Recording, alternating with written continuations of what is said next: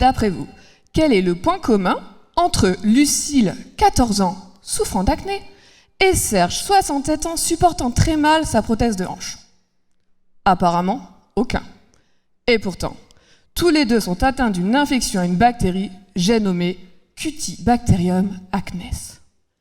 Cutibacterium acnes est une bactérie de la peau présente chez tous les individus. Vous, comme moi. Son rôle est de protéger contre les agressions extérieures. Mais parfois, cette bactérie va provoquer des infections.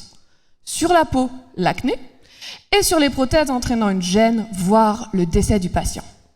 Ainsi, en France, chaque année, une prothèse sur 1000 va être infectée par cette bactérie, ce qui représente quand même 250 personnes développant une infection à Cutibacterium acnes sur leur prothèse osseuse.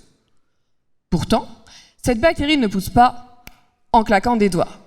En effet, après 5 jours de culture sans oxygène, les bactéries apparaissent enfin sur nos boîtes.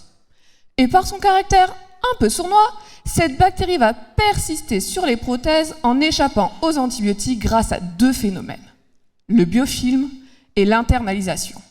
J'étudie donc le comportement de Cutibacterium acnes sur des supports mimant la prothèse osseuse afin de comprendre ces infections.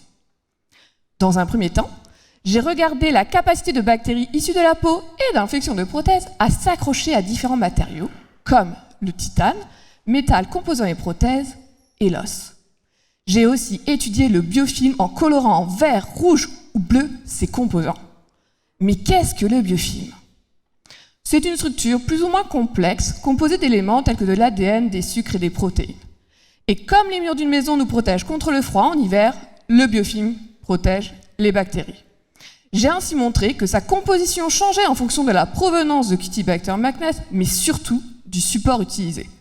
En effet, sur le plastique, mon biofilm est majoritairement composé de sucre, alors que sur le titane, les proportions sucre-protéines sont équivalentes. Dans un second temps, j'ai observé l'effet de l'internalisation. L'internalisation, c'est la capacité de mes bactéries à venir se cacher dans les cellules, ici dans les cellules osseuses. Et ce phénomène modifie leur comportement. Comment? Pourquoi? On ne le sait pas encore. Finalement, mes résultats ont montré la complexité de cette bactérie, mais aussi la nécessité d'améliorer nos modèles d'études afin de comprendre ce qu'il se passe réellement dans le corps humain. À terme, cela permettra de mieux appréhender les infections sur prothèses osseuses et tester de nouveaux traitements. Cela prendra certainement encore un peu de temps, mais après tout, dans la recherche comme pour Cutibacterium acnes, la patience est la reine des vertus.